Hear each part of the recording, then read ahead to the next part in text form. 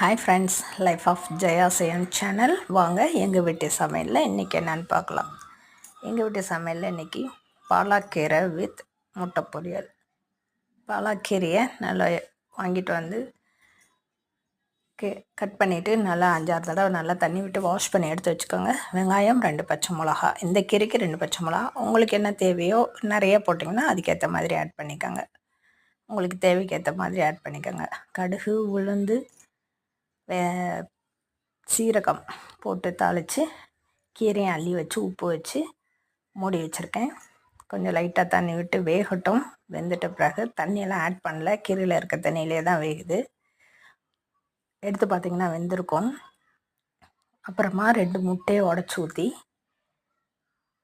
நல்லா குட்டி குட்டியாக கீரை கட் பண்ணிங்கன்னா தான் அந்த முட்டை அதில் போய் கீரையில் நல்லா ஒட்டி உருண்டை உருண்டையாக நல்லா வரும் முட்டை பொரியல். பெரிய பெரிய கீரையாக போட்டிங்கன்னா அந்தளவுக்கு வராது. பொடுசாக கட் பண்ணிக்கோங்க.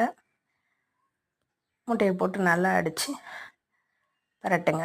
இன்றைக்கி எங்கள் வீட்டில் வந்து பாலாக்கீரையும் ரசம். இன்றைக்கி இது தாங்க எங்கள் வீட்டு லஞ்ச். உங்கள் வீட்டில் என்ன லஞ்சுன்னு சொல்லி கமெண்ட்டில் சொல்லுங்கள்.